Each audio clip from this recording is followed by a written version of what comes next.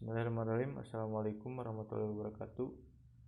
Perkenalkan, nama saya Nasrul Parulja dari kelas TI 6A. Di sini saya akan sedikit mempresentasikan tentang IoT atau Internet of Things. Yang pertama, apa itu Internet of Things? Internet of Things adalah suatu konsep atau program di mana sebuah objek memiliki kemampuan untuk mentransmisikan atau mengirimkan data melalui jaringan tanpa menggunakan bantuan perangkat komponen dan manusia. Internet of Things atau sering disebut juga IoT saat ini mengalami banyak perkembangan. Perkembangan IoT dapat dilihat mulai dari tingkat konvergensi, teknologi nirkabel, mikroelektromekanikal, internet, dan QR. IoT juga sering diidentifikasikan dengan RFID atau radio frekuensi identifikasi sebagai metode komunikasi. Nah, selanjutnya Internet of Things memiliki manfaat, yaitu yang pertama adalah memudahkan dalam proses konektivitas antar perangkat atau mesin.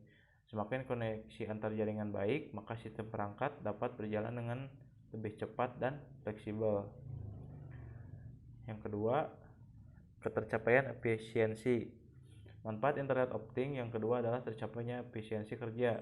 Semakin banyak konektivitas jaringan yang terbentuk, semakin kecil pula jumlah peluang waktu untuk melakukan tugas, sehingga aktivitas dan kinerja manusia menjadi lebih terbantu dengan adanya IoT. Yang ketiga, meningkatkan efektivitas monitoring kegiatan. Dengan menggunakan IoT, aktivitas untuk mengontrol dan monitoring sebuah pekerjaan menjadi lebih mudah.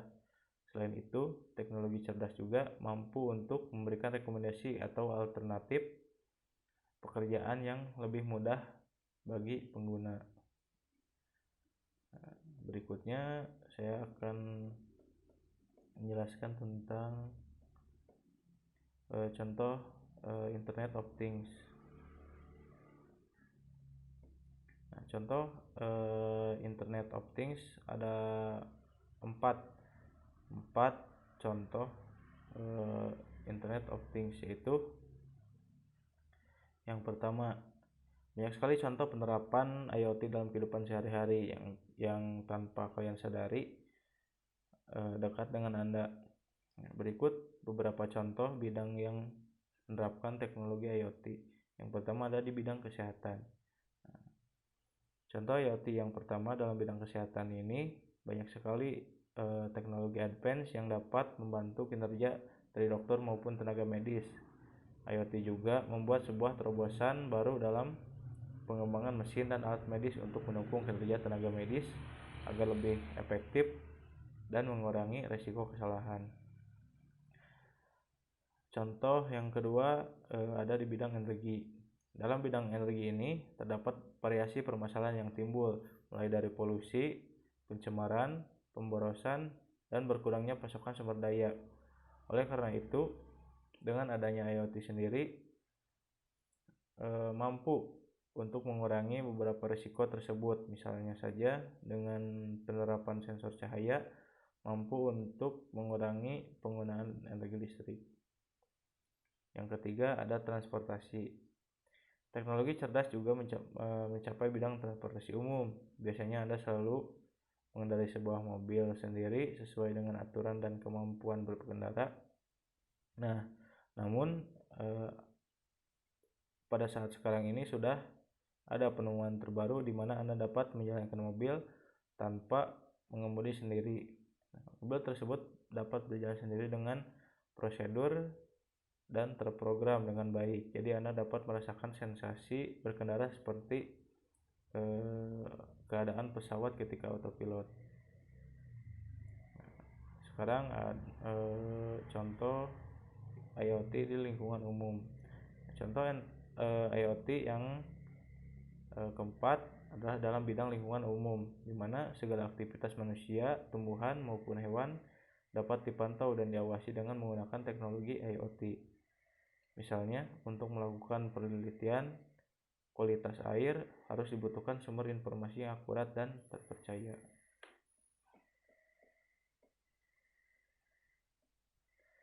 Nah, di sini juga ada cara kerja IoT.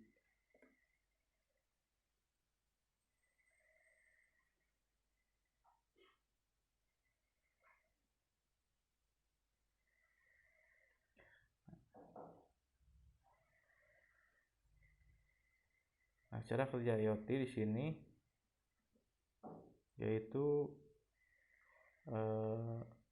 adalah memanfaatkan sebuah argumentasi dari algoritma bahasa pemrograman yang telah tersusun, di mana setiap argumen yang terbentuk akan menghasilkan sebuah interaksi yang akan membantu perangkat keras atau mesin dalam melakukan fungsi atau kerja, sehingga mesin tersebut tidak memerlukan bantuan dari manusia lagi dan dapat dikendalikan secara otomatis.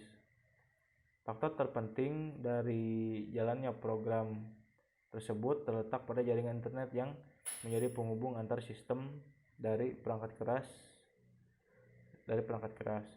Tugas utama dari manusia adalah menjadi pengawas untuk memonitoring setiap tindakan dan perilaku dari mesin saat bekerja. Kendala terbesar dari perkembangan Internet of Things adalah dari sisi sumber daya yang cukup mahal, serta penyusunan jaringan yang sangat kompleks. Biaya pengembangan juga masih terlampau mahal dan tidak semua kota atau negara telah menggunakan IoT sebagai kebutuhan primer mereka. Di sini terdapat unsur-unsur pembentuk IoT.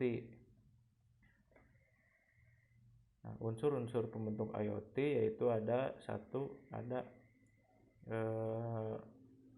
AI atau Artificial Intelligence.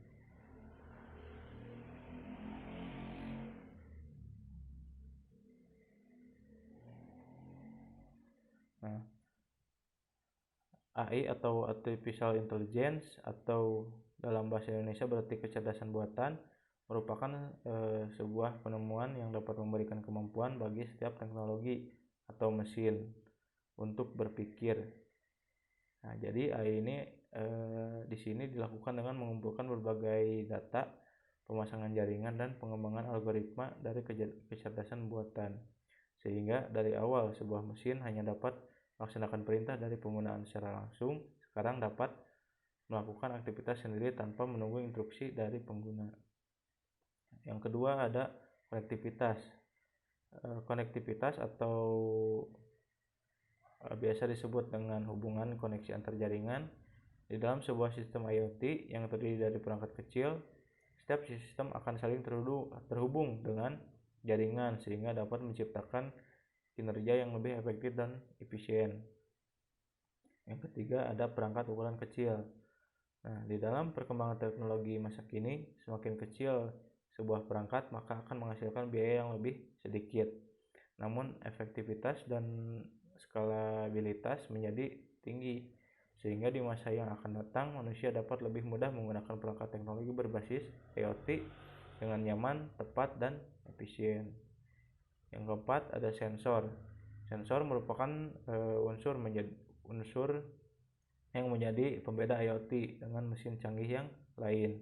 Dengan adanya sensor mampu untuk mendefinisikan sebuah instrumen yang mana dapat mengubah IoT dari jaringan standar yang cenderung pasif menjadi sistem aktif yang terintegrasi dengan dunia nyata. Yang kelima ada keterlibatan aktif. Banyak mesin modern yang masih menggunakan keterlibatan atau engagement secara pasif. Namun yang menjadi pembeda dari mesin yang lain, IoT telah menerapkan metode paradigma aktif dalam berbagai konten, produk, serta layanan yang tersedia.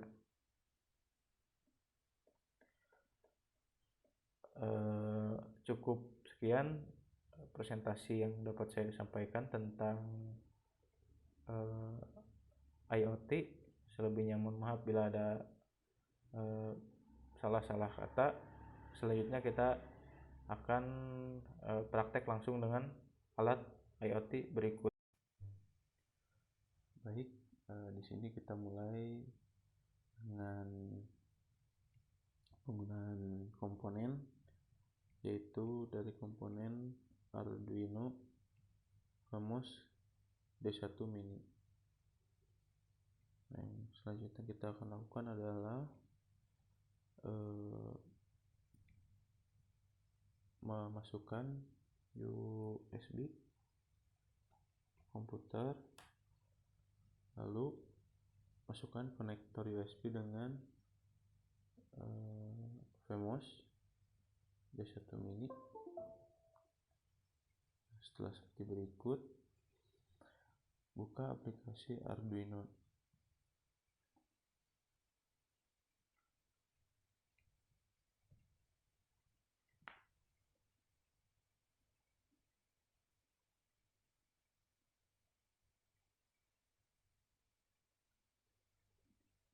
Nah, ketika sudah tampilan seperti ini, kita cek dulu apakah portnya sudah terbaca atau tidak. Kita masuk ke tools, lalu cek di port. Nah, ini tampilan jika sudah terbaca portnya.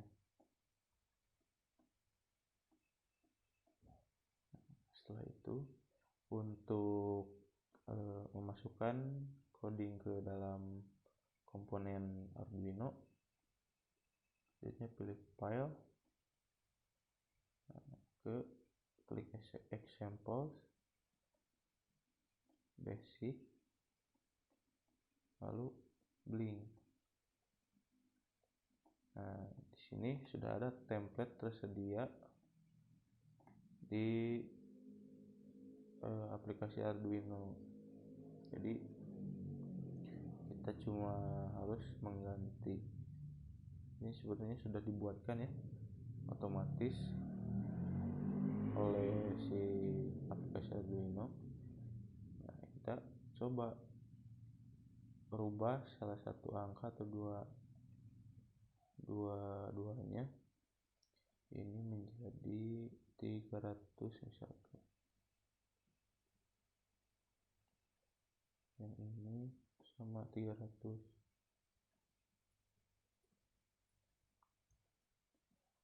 Kita lihat coba apa yang akan terjadi pada lampu indikator di Arduino ini.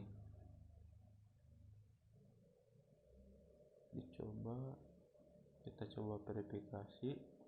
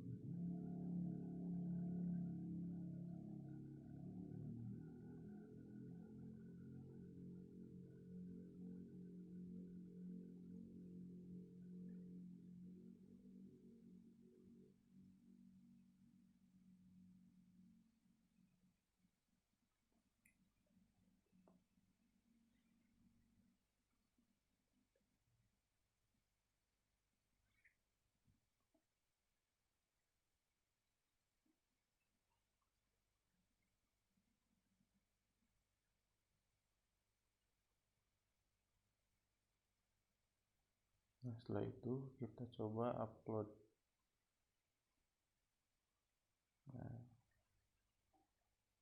Nah, sudah terbaca. Nah, sekarang lihat gerakan lampu indikator di Arduino. Jadi menurut saya di sini saya mendapat kesimpulan jika angka tersebut kecil, otomatis gerakan lampu pada komponen Arduino akan melambat. Begitupun sebaliknya jika angka tersebut besar, nah maka kedipan Arduino akan bertambah atau makin cepat. Mungkin segitu yang dapat saya sampaikan. Mohon maaf selebihnya ada perkataan yang kurang berkenan. Wabillahi taufiq wal hidayah. Wassalamualaikum warahmatullahi wabarakatuh.